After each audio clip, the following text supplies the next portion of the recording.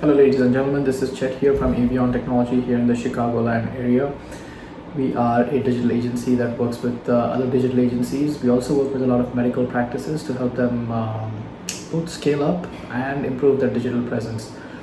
Today I'm going to talk about, so one of the things we've done is we've helped create a lot of websites for medical practices. We've also helped create a lot of apps for medical practices. And so today I'm going to talk about cybersecurity for medical websites, right? So I'm going to discuss 10 things. Everything that I say here, it's just a conversation, really. I hope that you see this on your commute or listen to this in your car, and it just starts a chain of thoughts, right? Each one of these topics is like a subspecialization by itself, and that's outside the scope of this video. But this is just, like I said, mostly to kind of get the conversation going. Also, none of what I say is should be construed as medical, financial, or legal advice, right? For that, please seek a specialist. So the first is, control physical access, right? So make sure that, your practice has very well-defined areas where, outsiders can go and they can't go, right? Because breaches, a lot of us forget that breaches can also happen on offline, right? Someone gets access to a PC with medical health records, right? Someone gets access to a laptop which has patient information, right? And that could be the start of a HIPAA non-compliance.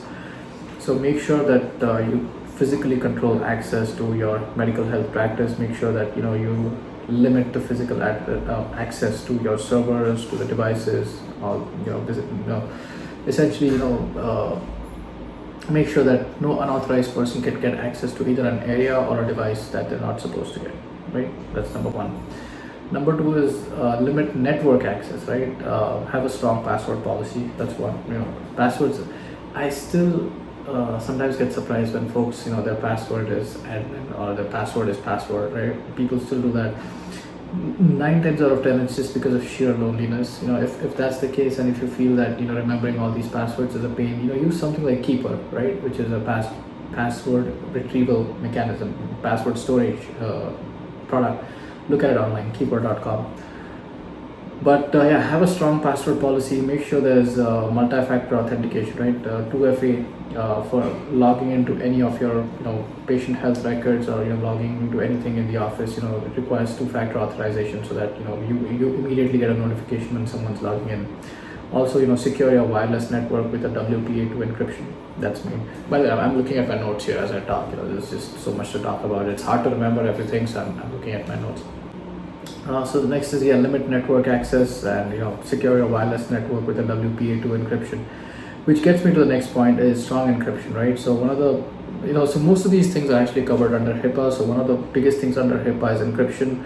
EPHR, right? Electronic patient health records, both at rest and in transit, should have, I think it's an AES-256 encryption. And definitely your website should have SSL certification, so all the packets kind of are secure. But again, encryption is huge, right? Because if your data is encrypted, it's very difficult for hackers to kind of unscramble and find out what the data is about. So data encryption is huge, be it on your website, be it on the EPHI that you're using, or if you're using any app, anywhere where the your patient health information is located. Make sure 100% it's encrypted, because if not, data is gold for any hacker, and they are going to get it. They're going to try to get it at all costs. Next is maintain regular backups, right? Again, this is something that your IT provider should do for you. I don't think your practice should go through this pain every month. This is something that your IT provider should do for you, but definitely maintain regular backups. Make sure that things are getting backed up. This way, if you have any catastrophic data loss, right, make sure that you can be back to where you started off within 24 hours, right? There's something called as a RTO, that's a recovery time objective, and a recovery point objective, right? And you should have a RTO of 24 hours and an RPO of 100%, right? So even if there's any data loss, you're back to where you started off within 24 hours of that incident happening.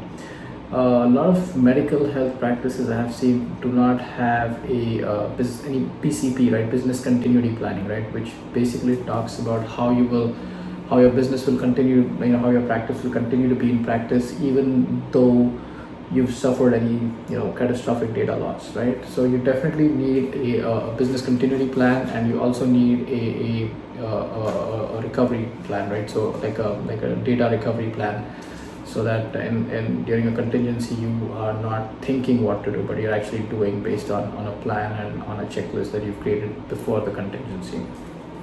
Next is, keep all your softwares up to date, because a lot of times, third party stuff, all the bad stuff like malware and ransomware and all that stuff actually can come through deprecated code, right? And that's actually one of the easiest ways that malware and trojans and ransomware and all these cross-site scripting and all this stuff can come in, is actually through deprecated code. Biggest is SQL injections. SQL injections usually happen through forms, but they also happen because forms have been using deprecated code to access the database. So again, make sure that all your software is up to date. Next, and I referred to this earlier, access-based control, right?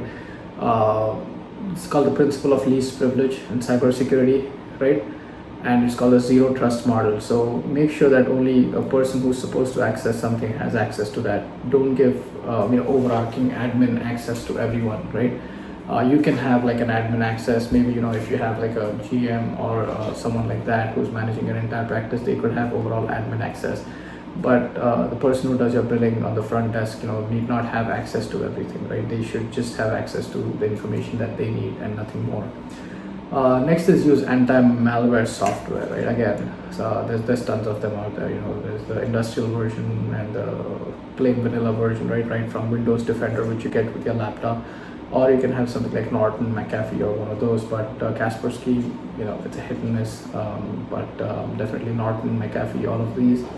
But make sure you're using some anti-malware software, because everyone's just being attacked all the time, these days, with malware, with some kind of social engineering attacks, some kind of nefarious actors constantly at work.